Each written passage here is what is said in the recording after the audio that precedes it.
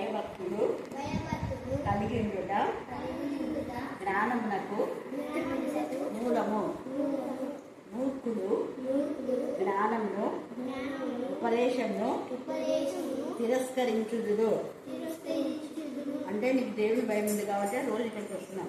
దేవుని భయం లేని వాళ్ళు తిరస్కరించి బయట తిరుగుతుంటారు. తిరిగే వాళ్ళని ఏమంటారు? తిరిగిపోతూ అంటారు. మనం అట్లా కాకుండా దేవుడికి భయం పడి వాక్యం నేర్చుకుంటే దేవుడు నీకు జ్ఞానాధారం ఇస్తాడు. అర్థమైందా? నీకు జ్ఞానం ఇచ్చేవాడు కూడా దేవుడే. ఇక్కడ బుద్ధి జ్ఞానం 9వ అధ్యాయం 10వ వచనంలో యెహోవా యందు భయభక్తి కలిగి ఉండుటే జ్ఞానమునకు మూలం. 9వ అధ్యాయం 10. యెహోవా యందు భయభక్తులు కలిగి ఉండుటయే జ్ఞానమునకు మూలం. పరిశుద్ధ దేవుని గురించిన తెలివియే వివేచనకు ఆధారం. కాబట్టి మనకు పరిశుద్ధత, తెలివి, వివేచన, జ్ఞానం కావాలంటే దేవుని యందు భయభక్తి కలిగి రోజు ఇక్కడ మన ప్రార్థన కావాలి. ఓకేనా? ఏం పేరు నీ పేరు? ప్రేమ గల ప్రభావ మీకు శుద్ధ స్తోత్రం చెల్లించుకోవాల్సిన కుమార్ తనుష్ను మీ నామం మీ రక్తం ప్రకటించి జ్ఞానాత్మత నింపి మీ పేరెంట్స్ మీరు దీవించారు ప్రభావ. వారి తల్లిదండ్రులకు ఎంత నమ్మకం, విశ్వాసంతో ఇక్కడికి పంపించారు. కరుణాపీఠంకి వచ్చిన పిల్లలందరూ నీ పిల్లల ప్రభావ. నీ కనికరంతో, నీ కనికరణ హస్తం, నీ దయగల హస్తం, నీ కరుణ హస్తం, నీ దక్షిణ హస్తం ఈ కుమారికి తోడుగా ఉంచి జ్ఞానాత్మత మీరు నింపి జ్ఞానము, తెలివి, వివేచన, పరిశుద్ధ దేవుని గురించినటువంటి నా తండ్రి ఆ భయము, భక్తి కలగొచ్చేయమని నా దేశంలో బిడ్డకు నా తండ్రి ఆరోగ్యాన్ని, ఆయుష్ని, బలాన్ని, శక్తిని దయచేయమని నా దేశంలో ప్రార్థిస్తున్నాం తండ్రి. ఆమేన్, ఆమేన్. పరిశుద్ధ గ్రంథం నుంచి యోహాను సువార్త 19వ అధ్యాయం 31 నుంచి 37 వచనం. ఆ దినము సిద్ధపరచు దినము, మరుసటి విశ్రాంతి దినము మహాదినము గనుక ఆ దేహమును విశ్రాంతి దినమున శిలువ మీద ఉండనున్నట్లు వారి కాళ్ళు విరగొట్టించి వారిని తీసివేయించమని యూదులు పిలాతును అడిగిరి. కాబట్టి సైనికులు వచ్చి ఆయనతో కూడా శిలువ వేయబడిన మొదటి వారి కాళ్ళను, రెండవ వారి కాళ్ళను విరగొట్టిరి. వారు యేసు వద్దకు వచ్చి అంతకుముందే ఆయన మృతి పొంది ఉంట చూచి ఆయన కాళ్ళు విరగొట్టలేదు గాని సైనికులలో ఒకడు ఈటతో ఆయన ప్రక్కను పొడిచెను. వెంటనే రక్తము, నీళ్లు కారి. అది చూసిన వాడు సాక్షించుచున్నాడు. అతని సాక్ష్యం సత్యమే. మీరు నమ్మునట్లు అతడు సత్యం చెప్పుచున్నాడని ఆయన ఎరుగును. అతని ఎముకలలో ఒకటైనను విలువబడదు అను లేఖనం నెరవేరినట్లు ఇవి జరిగింది. మరియు తాము పొడిచిన వారిని తట్టు చూపురు అని మరి ఒక లేఖనం చెప్పుచున్నది. దేవుడి స్వామి సౌందర్యాన్ని, ఆత్మీయ జ్ఞానాన్ని, ఆత్మీయ బలాన్ని, ఆత్మ సంబంధమైన వివేకాన్ని మేము కలిగి ఉన్నాము. అనుభవపూర్తిగా మీ బిడ్డలమైన మాకు తెలియజేసినందుకు ఎంత స్తుతించినా కూడా తక్కువే. దేవ మీతో సహవాసం చేయడం ద్వారా ఆత్మ నేత్రం తెరిచి ఆత్మ ప్రత్యక్షతలు దయచేసిన స్తోత్రం. ఆత్మ చెవులను తెరిచి ఆత్మ చెప్పుచున్న మాటలు గ్రహించడమే కాకుండా బిడ్డలు మా ప్రభ నా తండ్రి వారి యొక్క దేవ నా తండ్రి ఏదైతే వారికి నా ప్రభ మరలా నేర్చుకోవాలని మీరు వారితో మాట్లాడినారో వాటన్నిటినీ మరి విశేషంగా వారితో మీరు మాట్లాడిన విధానం బట్టి మేము స్తుతిస్తున్నాం.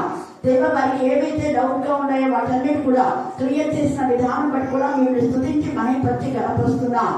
అలాగే నా ప్రభ నా తండ్రి మీతో సహవాసం చేయడం ద్వారా దేవ ఎప్పుడు వాక్యం చెప్పని బిడ్డలు వాక్యం చెప్పడానికి నేను వారికి వాక్శక్తిని ఇచ్చిన కొలది మీ లేఖన భాగాలు చక్కగా వివరించడానికి మీ బిడ్డలకు మీరు ఇచ్చిన నా తల్లి ఆత్మీయ బలమును బట్టి, ఉపకారపు ఆత్మను బట్టి మేము స్తుతిస్తున్నాం. ఉపకారపు ఆత్మ మీరు మాలో ఉంచితేనే మేము వాక్యం చెప్పగలుగుతాం. దేవ అనేక మంది బిడ్డల్లో మీరు విజ్ఞాపన చే ఆత్మనిచ్చి ఉచ్చరింప శక్తి ఆయన కాని మూర్ఖులతో ఎలా ప్రార్థించాలో మీరు నేర్పించిన విధానం బట్టి, వేడి కోసం ప్రార్థించడం నేర్పించే విధానం బట్టి ఎంత స్తుతించినా కూడా తక్కువే. దేవ ప్రార్థన చేయవారు మీరే, వాక్యం చెప్పేవారు మీరే. ఈ యొక్క రాత్రి కాలశంలో నాకును మీకును మీరు మాకు బోధులుగా ఉన్నారు. దేవ మీరు మేము మీ అందరూ చలించి ఫలించి ఉనికి కలిగి జీవించడం మీ కృపాసనం కలగచేదుగాక. దేవ యొక్క శిల్వ ధ్యానంలో తండ్రి మమ్మల్ందరూ కూడా మీరు తండ్రికి సమీకృతులుగా చేసిన విధానం బట్టి ఎంత స్తుతించబడ తక్కువే. బొరుపు దూరస్థమైన మమ్మను మీ రక్తము వలన తండ్రికి సమర్పితులుగా చేయటానికి మీరు ఇచ్చిన లేఖన భాగాలను బట్టి మేము స్తుతిస్తున్నాం, మహింపరుస్తున్నాం, ఘనపరుస్తున్నాం, ఆరాధిస్తున్నాం. నమ్మదగిన దేవుడు, చాలినంత దేవుడు. దేవ యొక్క 50 రోజుల్లో నా తండ్రి అనేక ప్రతి దినం మీరు చేసిన అద్భుత కార్యాలు, ఆశ్చర్య కార్యాలు, వింత కార్యాలు, గొప్ప కార్యాలు, సూచక్రియలు బట్టి మేము స్తుతిస్తున్నాం. దేవా మీరు 9 మంది బిడ్డలకు మీరు మా తండ్రి గవర్నమెంట్ జాబ్ దయచేస్తున్నారు, అందుకు కూడా మేము స్తుతిస్తున్నాం. అలాగే నా ప్రభా నా తండ్రి గర్భిణీ స్త్రీలకు సుఖమైన ప్రసవం ఇచ్చారు. ముఖ్యంగా షారోన్ దేవా చిన్ని బిడ్డలు కరుణాపీఠంలో లేదు భయభక్తి గల బిడ్డలుగా నీకు ఇష్టమైన బిడ్డలుగా పెంచడానికి ఆ బిడ్డ తీసుకున్న ఒక మంచి నిర్ణయం బట్టి ముఖ్యంగా ఈజీ డెలివరీ బట్టి మేము స్తుతిస్తూ ఉన్నాం. దేవా మీకే స్తోత్రం, మీకే స్తోత్రం, మీకే స్తోత్రం. దేవా ఈ స్థలం చేపడే చాలా మంది సమాధి కార్యక్రమాలకు చాలా ప్రాధాన్యత ఇస్తుంటారు. అలాగనే మనం చూస్తే ప్రసంగిలో కూడా 100 మంది పిల్లలను కని సరిగా సమాధి చేయబడకపోతే అది పిల్లలు లేని ఇంతకంటే కూడా పిల్లలు లేని వాడి యొక్క గతే మేలు కదా అని రాయబడింది. అంటే యేసు ప్రభుల వారికి ఎవరు లేదే ఎలా సమాధి చేయబడుతుంది అని చాలా మంది అనుకుంటారు. ఎవరు అంటే యేసును సమాధి అంటే యేసును శ్రమ పెట్టి బాధ పెట్టినటువంటి వాళ్ళు.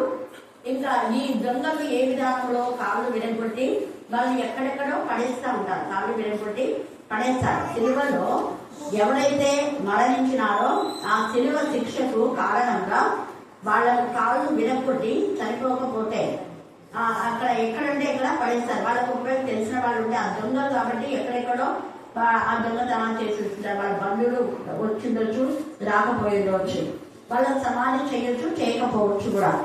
అయితే యేసయ్య అలా కాదు. యేసయ్య యొక్క మరణం చాలా ప్రత్యేకమైంది. హల్లెలూయా, హల్లెలూయా.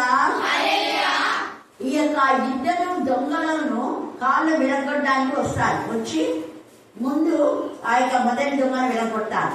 మొదటి దొంగ కాళ్ళు విరగొడితేనే అంటే చావకుండా ఇంకో ఉంటారు. కానీ యేసయ్య కాళ్ళు విరగొట్టడం అందులో కూడా ఎవరికో ఒకరికి డౌట్ వస్తుంది. ముందు రకాల బళ్ళను పొడిచి చూడు అని చెప్తారు. ఫస్ట్ అలా అందరిని పొడుస్తారేమో మనకు తెలీదు. కానీ యేసయ్య మాత్రం మీద బళ్ళని కొట్టి చూసేసరికి రక్తము నీళ్ళు వచ్చి అప్పటికే ఆయన ప్రాణం పోయింది. అప్పుడప్పుడే హల్లెలూయా. అందులో ఆయన బిగ్గరగా కేక వేసినప్పుడే అందరి గుండెలంతా కూడా జరుచుకుంటారు. ఎవరెవరైతే యేసయ్యను కొట్టారో, బాధ పెట్టారో, యేసయ్య పైన ముళ్ళ కిరీటం పెట్టిన వాళ్ళు, కొరడాతో కొట్టిన వాళ్ళు, కొట్టమని చెప్పిన ప్రధాన యాజకులు, తర్వాత అక్కడ శాస్త్రులు, పెద్దలు, తర్వాత రాన వారు, శతాధిపతి అందరూ కూడా వాళ్ళ యొక్క భయం, ఆ యొక్క కేకకు చెవులు గింగుడు అనేలా భయం ఒక్కటే. వాళ్ళ గుండె ఎంత స్పీడ్గా ఉంటుంది కదా మనకు తెలియదు ఇక్కడ, కానీ చాలా భయపడింది. బిగ్గరగా ఉంది అక్కడ, చాలా బిగ్గరగా. అసలు చనిపోయిన వ్యక్తులు చాలా మంది చనిపోయే ముందు గట్టిగా మాట్లాడతారన్నమాట. ఎప్పుడు మాట్లాడకంటే చాలా గట్టిగా మాట్లాడాలి అని అంటూ ఉంటారు. అలాగా యేసయ్య బిగ్గరగా కేక వేసేసరికి ఆ కేక ప్రపంచం అంతా వినపడుతుంది. ఆ ప్రాంతం వాళ్ళకైనా కాదు, ప్రపంచం అంతా వినపడింది ఆ కేక. కానీ అక్కడ వాళ్ళు చాలా మందిలో మార్పు వచ్చేస్తుంది. ఇంకా ఆయన చనిపోయి ప్రాణము విడిచను, ఆయన కేక వేసి ప్రాణం ఆయన విడిచాడు. ఆయన ప్రాణం విడిచిన సంగతి పరిశుద్ధులకు అంటే మృతులకు విన్నారు, వాళ్ళకు అర్థమైపోయింది. తండ్రి అయిన దేవుడికి అర్థమైపోయింది, అపవాదికి అర్థమైపోయి కిందికి తోసివేయబడినాడు అపవాది. సేమ్ 12వ అధ్యాయం ప్రకటన 12లో యేసయ్య ఎప్పుడైతే బిగ్గరగా కేక వేశాడు సమాప్తమైంది అని చెప్పి, అంటే నాకు అప్పగించవన్నీ నేను పరిపూర్తి చేసిన. గుర్తుపెట్టుకోండి, సమాప్తం అనే మాటకు సరైన డెఫినేషన్ ఏంటంటే తండ్రి అయిన దేవుడుకు మనం అప్పగించిన పని మనం పూర్తి చేయాలి, ఒకటి. రెండవది మనం ఒప్పుకున్న ఒప్పందాన్ని నెరవేర్చాలి, అది సమాప్తం. అంటే తండ్రి అయిన దేవ, నేను అక్కడి నుంచి ఒప్పుకొని వచ్చాను కదా, నేను వెళ్తాను, మానవాకారంలో వెళ్ళి ఈ గొర్రెలు, ఈ బండ్లు ఇవన్నీ కూడా స్టాప్ చేసేసి నేనే బలి పశువుగా వదగొరగా ఎంత అవమానాలు ఎన్ని ఉండబెట్టినా నేను మౌనంగా ఉండాలి, అది సమాప్తం. అంటే సమాప్తం అంటే ఎన్ని బాధలైనా మౌనంగా బ్రేక్ చేయడమే సమాప్తం. అంటే సమాప్తము అంటే దేవుడి యొక్క పిల్లలని రుజువుపరిచేదే మౌన స్థితి సమాప్తం. అంతవరకు యేసయ్య మౌనంగా లేడు. ఎందుకు మౌనంగా లేడు అంటే ఈ శాస్త్రులు, పరిచయులు వాళ్ళంతా అక్రమమైన విధానంలో అవినీతి, అక్రమము ఇలాగా వాళ్ళు మాట్లాడుతున్నారు. ఎప్పుడు యేసయ్య అక్కడ మౌనంగా లేడు, వాళ్ళు గద్దించారు. తల్లి అమ్మ ఇదిగో అన్నాడు, అమ్మని గౌరవించాడు కాబట్టి అమ్మ ఇదిగో అని ఆ కణాన్ని మొదటి యొక్క మరి ఆ యొక్క అద్భుతం చేసేటప్పుడు యేసు ప్రభు చేసే అద్భుత కార్యాల్లో అది మొదటి యొక్క అద్భుతం, మొదటి సూచక్రియ.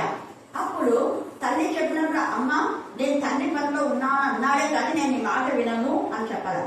నువ్వేది నాకు చెప్పేది అన్నా, అమ్మ నేను తండ్రి పనిలో ఉన్నాను కదా అన్నాడు, అంతే. తర్వాత తల్లి మాట విన్నాడు. గుర్తుపెట్టుకోండి, దేవుని కుమారుడై ఉండి కూడా తల్లి మాట విన్నాడు, నెరవేర్చినాడు. అంటే అర్థమైంది అక్కడ తల్లిదండ్రులకు గౌరవించాలా అనేది యేసయ్య స్టార్టింగ్ లో చేశాడు. మొట్టమొదట తల్లి మాటను విన్నాడు. తర్వాత కూడా చావు మరణం ఇంకా సమాప్తమైందని చెప్పే కేక వేశాడు. కాబట్టి ఆ మాటను చెప్పేదానికి ముందే అమ్మ ఇదిగో నీ కుమారుడు, ఇదిగో నీ తల్లి. అదైన తర్వాత ఈ 5, 6, 7 వెంటనే మాట్లాడతారు. మిగతా వాడానికి చాలా చాలా చాలా గ్యాప్ వస్తుంది. అంటే మరణం వరకు ఆయన తన యొక్క లేఖనం నెరవేరుస్తూ వచ్చాడు. దేవుడు చెప్పింది చెప్పినట్టుగా చేయడమే సమాప్తమైంది. అది అక్కడ దేవా నువ్వు చెప్పినట్టు నీకు ఇష్టమైంది కదా నేను నలగొట్టబడ్డం, నీకు ఇష్టమైంది కానీ, అంతేగాని తండ్రి నా సొంత తండ్రి నన్ను ఇలాగ నలుగుతావా అని చెప్పి ఎక్కడ గుడిగి సనగడం చేయలేదు, ఎక్కడ ఎదురు తిరగడం లేదు, ఎక్కడ నీ ఇష్టం కాదు ప్రభా మీదైతే నేను చేయను సార్. ఈ పాపను ఎట్లా పెంచాలా, నేను నీకు మాట కదా, నేను పరిశుద్ధం కదా, ఎలా చేయాలి ఈ పాపని ఎలా నేను పెంచాలి, ఏమైనా నువ్వు కొట్టు నేను పడతా, వాళ్ళు కొట్టని పడదు, కానీ భయంకరమైన ఈ పాపని నేను ఎలా బెంచ్ చేయాలి అనలేదు. భయంకరమైన పాపమైన చేదును ఆయన మౌనంగా తీసుకున్నాడు. హల్లెలూయా, హల్లెలూయా, హల్లెలూయా. వీటన్నిటిని అంటే పాపంలో సమాప్తి చేసి పరిశుద్ధిగా చేసి, బలు సమాప్తి చేసి పరిశుద్ధిగా చేస్తున్నాడు. అక్రమం, అవినీతి, అవిధేయత, గర్వం, అహంకారం అన్ని సమాప్తి చేయబడినాయి. యేసయ్య సిలువలో సమాప్తి చేయబడినాయి. అంటే నేను మన పునరుద్ధారణ లేసినప్పుడు రక్షణ పొందిన వ్యక్తులు కూడా అలాగే ఉండాలి అన్నది. ఇక్కడ ఆయన సమాప్తి చేసింది ఏంటంటే మానవులుగా లోకస్తులు చేసే విధానంలో దేవుని పిల్లలు చేయకూడదు. సమాప్తి చేశాడు. లోకస్తుల యొక్క లైఫ్ క్యారెక్టర్ వేరే, దేవుని పిల్లల లైఫ్ క్యారెక్టర్ వేరే. ఇవన్నీ చేసిన తర్వాత ఎముకలు అక్కడ నిలగొట్టబడేది వేసే. అంటే ఎముకలలో దేవుని యొక్క శక్తి, దేవుని ప్రభావం, ఆయన ఎముకలు కూడా దేవుని ఘనపరచాలి, మహిమపరచాలి అన్న విధానంలో ఉన్నాయి. కాబట్టి ఆయన ఎముకలలో జీవం ఉంది. కాబట్టి ఆ జీవాన్ని ఎవరు తీసివేయలేకపోయారు. అందుకే ఆ ఎముకలలో చూడండి 36వ వచనం, అతని ఎముకలలో ఒక తైలను విరువబడదు అని లేఖనం నెరవేరినట్లు ఇవి జరిగినాయి. కాబట్టి ఇక్కడ సాక్ష్యం ఏమనే వీళ్ళందరినీ కూడా ఆ కాళ్ళు విరగొట్టుకున్నారు. యేసు ఎద్దకు వచ్చి అంతకు ముందే ఆయన మృతి పొంది ఉండుట చూచి ఆయన కాళ్ళు విరగొట్టలేదు. కానీ ఏం చేస్తారంట, సైనికులలో ఒకటి యూదుతో ఆయన ప్రక్కను పొడిచాడు. వెంటనే రక్తము నీరు వచ్చాడు. అంటే ఇప్పుడే చనిపోయినాడు అని అక్కడ సాక్ష్యం. ఆయన చనిపోవడానికి ముందే ఇంకా అప్పుడప్పుడే చనిపోయినాడు. ఆ చనిపోయిన వెంటనే ప్రతి జంతువులో రక్తం ఉంటుంది. చనిపోయిన కొంత గంటల తర్వాత రక్తం ఏమిటది, గడ్డ కట్టదు కాదు. ఇక్కడ రక్తము నీళ్ళు ఏమైంది, కారెను అంటున్నారు. ఆ మేక కానీ ఏదైనా కానీ అది ఎప్పుడైతే చంపుతుందో అప్పుడే అది రక్తం కారుతుంది. అది చచ్చిపోయిన తర్వాత కొన్ని గంటలు అయిన తర్వాత రక్తం గడ్డ కట్టదు కానీ కాలదు. ఎక్కడెక్కడెక్కడ గడ్డలు కట్టేస్తుంది అనమాట, రక్తం కాలదు. అందుకనే రక్తం గడ్డలు చాలా మంది రక్తం ఓడ్చిన తర్వాత కూడా ఆ గడ్డలు తింటుంటారు, కానీ తినకూడదు. ఎందుకంటే వాక్యంలో ఉంది రక్తం ప్రాణం కాబట్టి ఏ జంతువు యొక్క రక్తాన్ని మీరు తినకూడదు అని రాయాలి. దాన్ని భూమిలో పోయాలి. అలాగే వేసే రక్తం అంతా కూడా భూమి పీల్చేసింది. భూమి పీల్చేసి ఆ యొక్క రక్తం కొంత రక్తం మాత్రమే కరుణాపీఠ పైన పడింది. హల్లెలూయా, హల్లెలూయా, హల్లెలూయా. ఆ భూమి పీల్చడం అనే మాట అర్థం ఏంటంటే భూమిలో ఉన్న పాపంలంతా, భూమిలో ఉన్న ప్రజల యొక్క పాపం, ముఖ్యంగా ఎక్కువ పాపం చేసింది మానవుడే, మిగతావి కాదు. అంత భయంకరమైన పాపంలంతా కూడా ఈయన రక్తం ఏం చేసింది అంటే మృంగి వేసింది, పాపాన్ని చంపివేసింది. అలాగే మానవు యొక్క మరణం అని కూడా చంపివేసింది. ఇక మరణం ఉండదు. మరణాన్ని ఆయన ఏం చేసినాడ చెప్పండి, నాన్న జయించాడు, ఇంకా మృంగి వేశాడు. హల్లెలూయా, హల్లెలూయా. ఇందాక ఎంత చక్కగా చెప్పింది మహి. అందుకే ఆత్మతో బిడ్డలు నింపుతున్నాను. నేను ఈ టాపిక్ తీసుకుంటున్నా ఆమెకేం తెలియదు. ఓ మరణమా నీ విషయం ఇక్కడ, ఓ మరణమా నీ ముళ్ళు ఎవరు చెప్పింది, చూడు దేవుడి పిల్లలతో మాట్లాడుతున్నాడు. ఎంత ఇదిగా నిజంగా, అంటే నీకు అసలు లేదు కాదు, నీకు సిగ్గు లేదు, మరణి అక్కడ కావాలని చెప్పారు కదా అపవాది. అక్కడ ఆదాము అవ్వని చంపేశారు, ఆత్మీయంగా చంపేశారు వాళ్ళని. ఇంకా ఎప్పుడు చచ్చే ఉంటారు, వాళ్ళు జీవించాలి అనుకున్నాను. కానీ నేను నిత్య జీవాన్ని తీసుకొస్తున్నా. అది అంటే మీకు అపవాదికి అర్థమైపోయింది. జగత్తు పునాది వేయబడక ముందే ఆయన ప్రణాళిక. అందుకని అపవాదం చేస్తారని తెలుసు. అప్పుడే జగత్తు పునాది వేయబడక ముందే ఏం చేయాలి నిర్ణయం ఇలాగ నేను కూడా త్యాగం చేస్తాను తండ్రి అనే దేవా. దేవుడు కూడా ఇష్టమైపోయింది, ఎందుకు కుమారుడు ఒప్పుకున్నాడు కాబట్టి తండ్రి కుమార పరిశుద్ధాత్మ కలిసి యేసయ్య త్యాగంలో ఒప్పుకున్నారు. హల్లెలూయా, హల్లెలూయా. అందుకనే రక్తము నీళ్లు సాక్ష్యం ఇచ్చను. ఎందుకు? ఆత్మ కూడా. మొదటి పేతుల్లో అక్కడ మనం చూస్తే ఆత్మ కూడా సాక్ష్యం ఇచ్చే ముగ్గురు, సాక్ష్యం ఇచ్చే వాళ్ళు ముగ్గురు అని ఉంటది. తర్వాత మీరు చదువుకోండి. అది ఆత్మ, రక్తము, నీళ్లు. ఎంతమంది చెప్పండి? మళ్ళీ చెప్పండి, మళ్ళీ చెప్పండి. మొదటి యోహాను పేతుల్లో కూడా ఉంటది. మొదటి యోహాను 4:8 చదవండి. 7-8 కలిసి ఉన్నాయి. ప్రియులారా కాదమ్మా, మొదటి యోహాను 4వ అధ్యాయము 7వ అధ్యాయము 7-8 వచ్చినారు. ఒక నిమిషం 5వ అధ్యాయము 7-8 సాక్ష్యం ఇచ్చేవారు ముగ్గురు అనగా ఆత్మయు నీళ్లును రక్తమును. ఇది అండర్లైన్ చేసుకోండి. ఈ ముగ్గురు ఏకీభవించారు. ఇంతకంటే ముందుగానా సిద్ధం ఏకం ఎక్కడుంది అంటున్నారు. అవివేకుడు సరిగ్గా చదవడు, ఎక్కడో ఒకటి పట్టుకొని అడుగుతుంటారు, వేలాడుతుంటారు. ఇక్కడ ఈ ముగ్గురు ఏకీభవించాలంతా తండ్రి కుమార పరిశుద్ధాత్మ తెలుగుతం ఏకమైనా. ఇక్కడ తేజగా మాట్లాడుతున్నారు చూడండి. ఆత్మయు నీళ్లును రక్తము, ఈ ముగ్గురు ఏమైనారంట? ఏకీభవించున్నారనేది ఇక్కడ ముగ్గురు అనేది తేజగా మాట్లాడుతుంది. వీళ్ళు ముగ్గురు ఒకటే. ఇప్పుడు 4వ అధ్యాయము 7-9 చదవండి. ప్రియులారా మనము ఒకరినొకరు ప్రేమిద్దాము, ఏలైనగా ప్రేమ దేవుని మూలంగా కలుగుతున్నది. ప్రేమించు ప్రతివాడును దేవుని మూలంగా పుట్టినవాడై దేవుని ఎరుగును. దేవుడు ప్రేమ స్వరూపి, ప్రేమ లేని వాడు దేవుని ఎరగడు. మనము ఆయన ద్వారా జీవించినట్లు దేవుడు తన అద్వితీయ అంటే ఏకైక కుమారుని, ప్రియ కుమారుని, అద్వితీయ కుమారుని లోకంలోనికి పంపెను. దీని వలన దేవుడు మన ఎన్నించిన ప్రేమ. ఇక్కడ ప్రేమ అన్నాడు. ఇదే ప్రేమ గల తండ్రి 53 యెషయాలో అక్కడ 10లో చూస్తాడు. అతను నల్లగొట్టుటకు నాకు ఇస్తున్నాడు. మరి ఆయన కొడుకు కూడా ఆయన నల్లగొట్టడానికి మౌనంగా ఉన్నాడు. యేసు కూడా ఏమన్నాడు? నేను నీ కొడుకు ప్రభావం ఎంత నల్లగొట్టినా నేను. మరి మన తల్లులు నల్లగొట్టితే మనం మౌనంగా ఉండాలి. కానీ నేను పడను, నేను వాళ్ళు చెప్తే వినను అన్నారు అంటే మనం దేవుడు చూడాలన్నారు. దేవుడు మనలో లేనంటే తండ్రి ఎంత క్రూడైనా, తల్లి ఎంత క్రూడైనా కూడా ఆత్మ సంబంధమైన తల్లులు కానీ గురువులు కానీ గుర్తుపెట్టుకోండి. పెద్దవాళ్ళు కూడా అమ్మమ్మను నాయనమ్మ అంటారు. వాళ్ళ అమ్మమ్మ నాయనమ్మ కదా ముసలు, వాళ్ళకేం తెలిస్తే అనుభవం. మళ్ళీ చెప్తున్నా, తప్పు అంటే చెడు విధానంలో ఏమైనా చెయ్యమంటే చెయ్యదు. మళ్ళీ చెప్తాను, పోయి అక్రమమైన విధానంలో ఎవరిదైనా దోసుకోండా తీసుకోండా అవి చేయదు. కానీ మామూలుగా మనకి ఏదైనా చెప్తే ఇక్కడ యేసయ్య చూడండి, తన ప్రియ కుమారుడే అంటున్నాడు. నాకు ఇష్టమైన కుమారుడే, ఏకైక కుమారుడే. కానీ నల్లగొట్టాడు, ఇష్టంతో నల్లగొట్టాడు అన్న. ఒకే కాదు, తాను ప్రేమించే వాళ్ళని దేవుడు కూడా ఏం చేస్తాడు? గమనిస్తాడు, శిక్షిస్తాడు. శిక్ష అంటే ప్రేమతో శిక్షించాలి.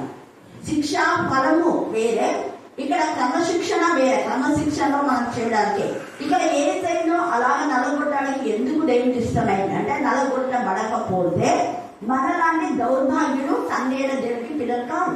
మనమైన పిల్లలు కావాలంటే ఆయన కొడుకును ఆయన బాధ పెట్టాల్సిందే. అసలు మనం ఎప్పుడైతే నిజంగా అలాగా తన సొంత కొడుకు, నీ సొంత బిడ్డను, నీ సొంత కొడుకును నువ్వు నల్లగొట్టితే సరి చేసుకుంటే నీకు నీ పిల్లలకు ఆశీర్వాదం, నీ పిల్లల ద్వారా ఇతరులకు ఆశీర్వాదం. ఏదైతే నల్లగొట్టడం ద్వారా అనేకులను దేవుని సన్నిధికి, దేవుని పిల్లలుగా తయారు చేయాలి. తద్వారా దేవునికి మహిమగా, ఏసైకి మహిమ కలిగింది. ఎందుకంటే ఆయన నామంలో వాక్యంలో హెచ్చించాడు. దేవుని నామం కంటే, ఆయన నామం కంటే, యెహోవా నామం కంటే వాక్యమే హెచ్చించినాడు. కీర్తన 138:2 చాలాసార్లు చదివారు. యేసయ్యనే హెచ్చించాడు తనకంటే కూడా. అందుకనే యేసయ్య ద్వారానే మనం తండ్రి దగ్గర పోవాలంట. డైరెక్ట్ గా తండ్రి దగ్గర పోతే నేను అలౌట్ చేయను. నా కుమారుడు ఎందుకు, నా కుమారుడు ద్వారా నా కుమారుడు నేను నల్లగొట్టాను. ఆయన మౌనంగా ఉన్నాడు. నేను గది ఎంత భయంకరమైన శిక్ష, నరక యాతన, క్రూరులు ఆయన బాధ పెట్టుకుంటే మౌనంగా ఉన్నారు. కారణం ముగ్గురు ఏకీభవిస్తున్నారు. ఈ విషయంలో యేసయ్య మరణం చేయించి తిరిగి లేస్తాడని నాకు తెలుసు. కాబట్టి ఇక్కడ అందుకనే రక్తము, నీళ్లు కారణాన్ని ఇక్కడ ఉంది. ఇందుకు ఆత్మ కూడా సాక్ష్యం. ఇది చూసిన వాడు సాక్ష్యం ఇచ్చుతున్నాడు. అతని సాక్ష్యం ఏంటి? సత్యమే. ఎవరు అంటే యోహాను. మేము కన్న వాటిని చూసిన వాటిని సాక్ష్యం ఇస్తున్నామన్న ముగ్గురు, పేతురు, యోహాను, యాకోబు ముగ్గురు అంటారు. మేము కన్న వాటిని విన్న వాటిని చెప్తాం. కానీ దగ్గర నుండి చూసిన వాడు ఎవరు? యోహాను. అందుకని యోహాను రాస్తున్నాడు ఈ మాట. ఇతడు అతని సాక్ష్యము సత్యమే, మీరు నమ్మునట్లు అతను సత్యం చెప్తున్నాడని ఆయన నిలుపుడు అనే మాట యోహాను రాస్తూ, యోహానే ఈ మాట ప్రత్యక్ష సాక్షి యోహానే. తర్వాత లేఖనం నెరవేరినట్టు ఆయన ఎముకలలో ఒకటి కూడా వినబడలేదు. కారణం ఏంటంటే ఆ ఎముకను వేసిన వాడు దేవుడు. ఆ ఎముకతోనే యేసయ్యను తల్లి మరియ గర్భంలో తండ్రి అనే దేవుడు ఎముకను వేయక యేసయ్యకు ఒక స్వరూపాన్ని, ఒక సౌందర్యాన్ని దేవుడు కలుగజేసినాడు. అది ఎముక ద్వారానే యేసయ్య యొక్క జననం. ప్రతి తల్లి గర్భంలో కూడా తండ్రి అయిన దేవుడు ఎముకను వేస్తేనే వాళ్ళకు పిల్లలు పుట్టారు. ఇది గుర్తుపెట్టుకోండి. ఎందుకు అంటే ప్రసంగి 11:5లో చూడాలి గర్భంలో ఎముకలు ఏ రీతిగా ఎదుగునో మీకు తెలియదు. నీకు తెలియదు, డాక్టర్స్ కూడా కొంత మట్టుకే, కానీ దేవుడికి అవన్నీ తెలుసు. ఎందుకు? ఆ ఎముక దేవుడు వేసినటువంటి ఎముక. ఈ ఎముక మనం చచ్చిపోయినా కూడా కొన్ని వేల సంవత్సరాలు కూడా అలాగే ఉంటాయి. అందుకనే యేసయ్య ఆ కేక విన్నప్పుడు మృతులందరూ విన్నారు. అబ్రహాం అంటే ఆదాము నుంచి మరి యేసయ్య చనిపోయే వరకు దేవుని మీద భయభక్తి కలిగి చనిపోయిన వాళ్ళందరూ విని పరిశుద్ధ శరీరాలు లేచాయి. యేసయ్య కేక విని మృతులు ఆయన స్వరాన్ని విన్నాయి. ఆ ఏ మృతులు అంటే పరిశుద్ధులైనటువంటి మృతులే, అందరు కాదు. తర్వాత ఇంకొకటి ఏమంటే ఆయన తాము పొడిచిన వారి తట్లు చూసులు అనే మాట. అది ఎప్పుడు జరుగుతుంది అంటే యేసయ్య వచ్చిన తర్వాత తీర్పు దినమందు ఆయన పొడిచిన వారు కూడా అక్కడ నిలబడతారు. అంటే 2 పునరుద్ధానాలు ఉన్నాయి. జీవ పునరుద్ధానము, తర్వాత మరణం. అంటే వాళ్ళ మరణం కోసమే మళ్ళీ లేస్తారు. నిరంతర మరణము అంటే నరకయాతన. అదే రెండవ మరణం కూడా ప్రకటన మనం 21:8లో రాస్తారు. ఆ నిరంతర మరణం పొందే వాళ్ళు ఆయన పోలిసిన వాళ్ళు కూడా ఉంటారు అక్కడ. వాళ్ళలో కొందరికి రక్షణ వచ్చింది. రక్షణ పొంది ఇక్కడ చూతులు అనే మాటలో రక్షణ పొందిన వాళ్ళు చూతులు అనేది కూడా ఇంకొక అర్థం. ఇక్కడ రక్షణ పొందని వాళ్ళు తర్వాత చూస్తారు. ఈ పొడిచిన వాళ్ళలో కొంతమంది రక్షణ పొందారు. ఆ రక్షణ పొందిన వాళ్ళలో యేసయ్య తండ్రి కుడిపార్శ్వం ఉండడం, వాళ్ళు చనిపోయినప్పుడు పరంలో కొనుక్కోబడి వాళ్ళు చూస్తారు. ఎందుకంటే వాళ్ళు పశ్చాత్తాపడి ప్రభువులో వాళ్ళు రక్షణ పొందారు కాబట్టి. బరబ్బా కూడా చనిపోయి తండ్రి అయిన దేవుని కుడిపార్శ్వంలో యేసయ్య ఉండడం చూస్తారు. బరబ్బా కూడా రక్షణ పొందాడు. బరబ్బా కూడా మారుమనసు పొందాడు. ఎందుకు అంటే యేసయ్య బరబ్బా పక్షంగా విడిపించబడ్డాడు. ఈ యొక్క మామూలుగా 2 మేకపోతులు కానీ పొట్టేలు కానీ బలి ఇవ్వడానికి తీసుకొని వచ్చినప్పుడు వాటిలో ఒకదాన్ని విడిచిపెట్టాలి. అలాగా నేను విడిచిపెట్టడానికి బరబ్బానా లేకపోతే యేసా అని ఇద్దరిని అడుగుతారు. యూదుల మతాచారం అదే. ఇద్దరిని బలి అర్పించడానికి తీసుకొని వస్తే అప్పుడు ఎవరిని విడిచిపెట్టాలి అని అడుగుతారు. విడిచిపెట్టాలంటే వాళ్ళు దొంగనే కోరుకుంటారు. ఎందుకు? వాళ్ళు దొంగలు కాబట్టి. దొంగలకే సపోర్ట్. దొంగలు కాబట్టి వాళ్ళు ఏం చేస్తున్నారు అంటే బరబ్బానే అడుగుతారు. చూడండి, బరబ్బా తర్వాత గుండె పదివేల ఏడుస్తారు. బరబ్బాను కూడా వీళ్ళతో పాటు శిలువ వేయాలి. యూదులు వెళ్తారనమాట. ఈ యొక్క బరబ్బా యేసు ప్రభు వీళ్ళంతా యూదులు. అందుకని ఈ యొక్క యూదుల్లో యేసయ్యను శిలువ వేయమంటారు, బరబ్బాను వదిలిపెట్టమంటారు. బరబ్బాను వదిలేస్తారు, యేసయ్యను శిలువ వేస్తారు. చూడండి ఇదంతా లేఖనం నెరవేరినట్లే జరిగింది. అందుకనే అప్పుడు అయితే యేసయ్య చనిపోయిన తర్వాత మళ్ళా యూదుల ఆచార ప్రకారం సాయంత్రం 6 వరకు, ఆ తర్వాత ఉండకూడదు వీళ్ళని. మిగతా వాళ్ళంతా కాళ్ళు విరగొట్టేసి వాళ్ళు తీసుకుంటారు, ఎక్కడో పడేయడము లేదా అవసరమైన వాళ్ళు తీసుకుంటారు. అట్లా యేసయ్య శరీరం కోసం వాళ్ళు వచ్చి చూడు, యూదుల భయం వలన రహస్యంగా యేసు శిష్యుడైన అరిమత్తయి యోసేపు తాను యేసు దేహంలో తీసుకొని పోవటకు పిలాతు వద్దకు సెలవు. ఎంత ధైర్యం చూడండి శిష్యుడు. హల్లెలూయా, హల్లెలూయా, హల్లెలూయా. మిగతా శిష్యులంతా భయపడి ఎక్కడంటే దాక్కున్నారు. భయపడి పేదరిగా అక్కడ ఎప్పుడైతే తన యొక్క తప్పు తెలుసుకున్నాడో ఏడ్చుకుంటూ కూర్చున్నాడు. ఎక్కడికి కూడా ఏడ్చుకుంటూ కూర్చున్నాడు. యేసయ్య నిన్ను ఎవరో అన్నాను కదా బ్రహ్మ. యేసయ్య లాగా 7 మాటలు పడగలు అవన్నీ ఉన్నాడో ఏమో తెలియదు కానీ మొత్తానికి గుండె పగిలేలా ఇంకా ఆయన ఏడ్చుకుంటూనే ఉన్నాడు. యేసయ్య లేచాడు కూడా అలాగే బాధపడుతున్నాడు. ఇంకా కొంతమంది శిష్యులు కొన్ని విధాలుగా ఉన్నారు. అయితే ఇక్కడ అరిమత్తయి యేసు మాత్రం ధైర్యంగా వచ్చి యోహాను చిన్నోడు కాబట్టి ధైర్యంగా ఈ పని చేయలేకపోయినాడేమో. అప్పుడు అరిమతై యోసేపు వచ్చి ధైర్యంగా యేసయ్య యొక్క ఎంత తెగింపు, వాళ్ళు ఏం చేస్తారో అని కూడా భయపడకుండా ధైర్యంగా వచ్చినాడు. తర్వాత అక్కడ ఆయనకు నికోదేమో రాత్రి వేళ వచ్చి అడిగింటాడు కదా, అతను కూడా ఏం చేశాడంటే చాలా ఖరీదు బోలము కలిపిన అగరు రమాలమే 150 సేర్ల ఎత్తు తెచ్చాడు. అంతటా వారు యేసు దేహమును ఎత్తుకొని వచ్చి యూదుల పాత పెట్టు మర్యాద చొప్పున అన్ని అంటే మంగళ స్నానం చేపిస్తారు, సుగంధ ద్రవ్యాలకు వస్తారు, యూదుల ఆచారం ఎలా ఉంటే అలాగనే జరిగింది. యేసయ్యకు తండ్రి లేకున్నా కొడుకులు లేకున్నా మరి మర్యాద చొప్పున జరిగింది. హల్లెలూయా హల్లెలూయా. మనలో అవివేకులు మీకు సమాధులు ఎవరు చేస్తారు, మీకు పెళ్లి ఎవరు, దేవుడి బిడ్డలకు దేవుడు చేస్తాడు సమాధి. మోషేకు ఎవరు చేశారు సమాధి చెప్పండి, ఎవరు చేశారు మోషేకు? ఏమి మర్చిపోయినారా? ద్వితీయోపదేశ కాండం రాస్తూ చదవండి, దేవుడే చేశాడు. హల్లెలూయా హల్లెలూయా. మోషేకు దేవుడు చేశాడు సమాధి. ఇక్కడ యేసు ప్రభు అయ్యేదని చచ్చిపోతే ఎవరు చేశారు, నాకు అందరూ నా వాళ్ళందరూ దూరంగా ఉన్నారే వీళ్ళే సెలవు వేశారు అని అనుకోలేదు. మన సమాధుల గురించి కాదు ఆలోచించాల్సిందే. మన ఆత్మను సరి చేసుకుని ప్రభు సన్నిధికి చేరడం కోసం ఆలోచించుకోవాలా. పెళ్లిల కోసం సమాధి కోసం కాదు. కొంతమంది మా మందిరానికి వస్తే మీకు సమాధి పెట్టేస్తాము, మీకు సమాధులు చేస్తాము, మీకు పెళ్లి చేస్తాము, మీకు మీ పిల్లలు పుట్టినరోజు క్రిస్మస్ కేక్ పంపిస్తాము, బర్త్డే కేక్ పంపిస్తాము. ఇవన్నీ గాలాలు వేయటం, ఎలా వేయటం, మనుషులను భ్రమలో పెట్టడం. యేసయ్య బోధలో ఎక్కడ ఇవి లేవు. ఇలా చెప్పే వాళ్ళు దుర్బోధలు, వాళ్ళు నిజంగా దేవుని సంబంధులు కాదు, అపవాది సంబంధులు. గుర్తుపెట్టుకోండి. యేసయ్య ఎక్కడ వాళ్ళ శిష్యులు కూడా అడగల, ప్రభా నేను నిన్ను వెంబడిస్తున్నాను కదా, నీకు ప్రత్యేకించబడ్డవాడు కదా, నేను చచ్చిపోతే ఎవరు సంబంధిస్తా అడిగినారు ఎక్కడన్నా? లేదు. ఇక పెళ్లి కాని వాళ్ళు కూడా ఉన్నారు, వీళ్ళంతా అడగలేదు. మేమంతా మ్యారేజ్ చేస్తాం, నాకెవరు పెళ్లి చేస్తారు అడగలేదు. దేవుడి రాకడ సమీపం ఉంది, రాకడలో నువ్వు సిద్ధపడినావా లేదా, రాకడలో నీ కుటుంబం ఎత్తబడుతుందా లేదా అది చూసుకోవాలి. మన యొక్క ఈ ప్రాంతంలో దేవుడు ఉగ్రత రాకుండా ఇంతగా ఏం చేశారు కాబట్టి యెరూషలేము అంటే అప్పుడు భయంకరంగా దేవుడి ఉగ్రత గురైపోయింది. తర్వాత మళ్ళీ డెవలప్ అయిపోయింది. హల్లెలూయా హల్లెలూయా. యెరూషలేము దేవాలయం పడగొట్టబడింది, అదంతా కూడా కేవలం గోడ మాత్రమే ఉంది. యేసయ్య ఉన్నప్పుడు శృంగారంగా అలంకరింపబడింది. ఓ ఎంత మందిరం ఎంత బాగుందని అందరు మురిసిపోతున్నారు మందిరాన్ని చూసి. యేసయ్య అన్నాడు, ఇది రాజు మీద రాయలే కూడా పడగొట్టబడుతుంది. అది శాపం కాదు, అది ప్రవచనం. ప్రవచనాలేవో తెలియదు మనకు, దేవుడి లేఖలు ఆగలేవో తెలియదు, శాపాలేవో తెలియదు, ఆశీర్వాదాలేవో తెలియదు. నోటికి ఎంతో సంత మాట్లాడేస్తుంటారు.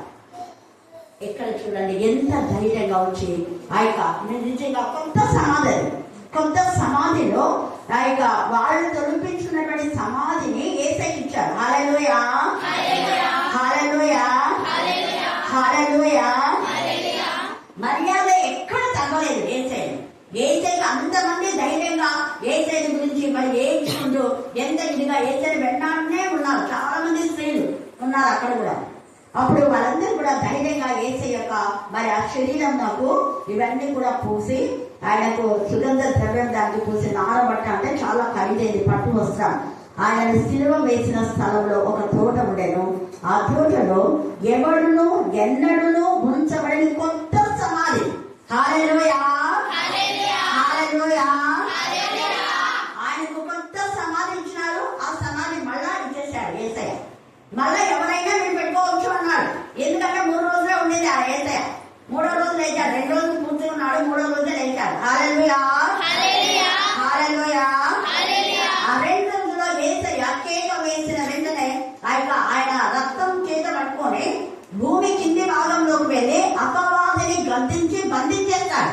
అపవాది నువ్వు మరణం తెచ్చావు కదా, అబ్రహాము రొమ్మునున్న ఆత్మలకంతా నేను విడుదల, వారికి జీవం ఇస్తున్నా, వారి సజీవులుగా చేయబడుతున్నారు. ఇప్పటి నుంచి ఎవరు నా యందు మరణించిన ప్రభువునందు మరణించిన మృతులకు ధన్యులు. వాళ్ళంతా నిరంతరం జీవిస్తారు. వాళ్ళకి మరణం అనేది లేదు. మరణం అనేది మిల్లు వేశాను, నేను కొట్టు వేశాను. నా యందున్న పిల్లలకు నిరంతరం జీవమే, నిత్య జీవితంలో వాళ్ళు ఉంటారని చెప్పి అక్కడ బందీలుగా ఉన్న చెరగా ఉన్నటువంటి అబ్రహాము రొమ్మె ఒక చెర, ఆ చెరలో ఉన్న ఆత్మను తీసుకొని మళ్ళా తండ్రికి అప్పగిస్తాడు. ఆ తర్వాతనే వేకుషంన మగ్దలేనే మరియకు యేసయ్య అగుపడతాడు. హల్లెలూయా, హల్లెలూయా. అందుకే ఇక్కడ ఏమని చెప్తున్నాడు చూడండి, తోటలో ఎవడను ఎప్పుడు ఉంచబడే కొత్త సమాధి ఒకటి ఉండేను, ఆ సమాధి సమీపంలో ఉండేను కనుక ఆ దినము యూదులు సిద్ధపరచు దినం. అదే సిద్ధపరచు దినం అయినందున అంటే శుక్రవారం సిద్ధపరిచేది. శుక్రవారమే వాళ్ళు సిద్ధపాటుగా ఉండి శనివారం దినం విశ్రాంతి దినం కాబట్టి దేవుని ఆరాధించాలి. అదే అక్కడ కానీ కాబట్టి శనివారం దినంలో వాళ్ళు తీరికగా ఉన్నారంట. శనివారం అంటున్నాడు చూడండి, యూదులు సిద్ధపరచు దినమైనందున వారు అందులో యేసును పెట్టేది. కాబట్టి ఈ యొక్క రాత్రి కాలసమయంలో పునరుద్ధానంలో మనం ప్రవేశించబోతున్నాం. మరి యేసయ్యకు మన వంతు మనం ఏం చేస్తున్నాం? ఇక్కడ నికోదేము అక్కడ అడిగారు, కానీ నిజంగా ఎంత ఖరీదైంది యేసయ్య కోసం నిజంగా. ముందు అక్కడ మరియను నిజంగా సమరయ పాపాత్మరాయణ స్త్రీ, తర్వాత బేతనీయ మరియ, మగ్దలేయ మరియ, అత్తరు జటామహంసి ఎంత శ్రేష్టమైంది. ఆయన చనిపోతారని తెలుసు, సమర్పించారు. తర్వాత ఇక్కడ నికోదేము కూడా ఎంత శ్రేష్టమైంది, చాలా ఖరీదైంది. పట్టు వస్త్రాలు కూడా దానికి ఇచ్చారు సమర్పణ. అంతకంటే శ్రేష్టమైంది రాత్రి సమాజంలో చాలా ఖరీదు. ధనవంతులే అలాగా తొలగించుకుంటారు, ముందే వాళ్ళు చనిపోక ముందే తొలగించుకుంటారు అక్కడ. కాబట్టి అంత విధిగా దేవుడి యొక్క సమాధి కార్యక్రమం ఏ దేవతలైనా పడే వాళ్లకు ఇలాగ సమాధి చేయబడలేదు.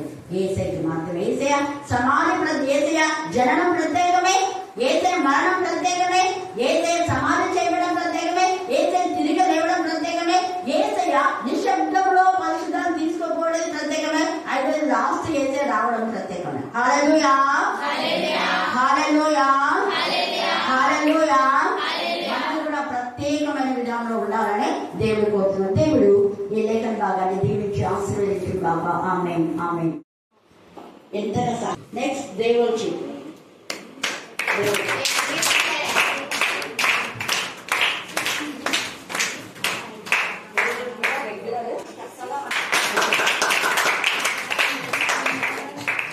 తర్వాత సజీవ చర్చిలో రెగ్యులర్ బైబిల్ స్టడీ చక్కగా మొదటిగా మనకు లేఖన భాగాలు చక్కగా ఇవ్వండి. దేవుడు ఆ కుమారుడు దీవించుగాక. ఆమె తర్వాత జేమ్స్ ఉన్నాడు, బబ్బులు, నెక్స్ట్ కర్ణ,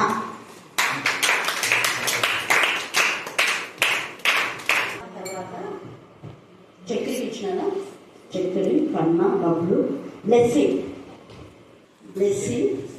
తర్వాత దీవెన ఇస్తాను. ఇంకేంటంటే మనీ, శైలు వాళ్ళమ్మ, అన్నపూర్ణ వాళ్ళ కోసం ప్రార్థన చేయండి. మీరు మర్చిపోకుండా. వాళ్ళు ప్రతి సంవత్సరం ఇస్తారు, కానీ చెప్తున్నా కదా ఇవి నాకు కాదు, సరే నేను మీకు ఇస్తున్నాను. దేవుడు వాళ్ళకి ఇచ్చినవి వాళ్ళు ఇస్తున్నారు, అంటే ఇది దేవుడి యొక్క ప్రేమ. గుర్తుపెట్టుకోండి.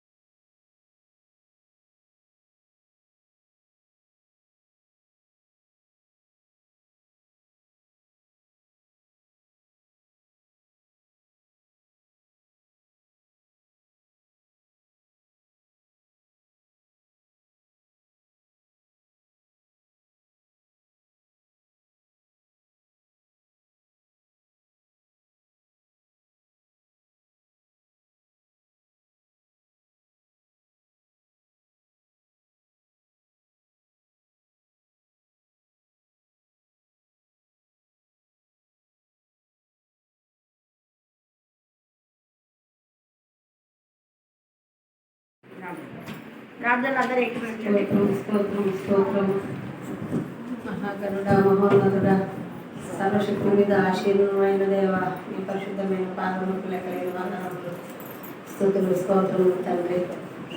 ఆయన ఈరోజు ఈ సమయంలో ఇక్కడ ఎంత నిమిత్తమైతే కూడి ఉన్నామో నీకు తెలుస్తాను బాబు. ఆ రోజు ఆయన ఈ గుడ్ ఫ్రైడే రోజు మిమ్మల్ని సిలువ వేసిన రోజు, మా పాపముల నిమిత్తమే మీరు సిలువ మీద మరణించిన రోజు మమ్మల్ని జ్ఞాపకం చేసుకోండి.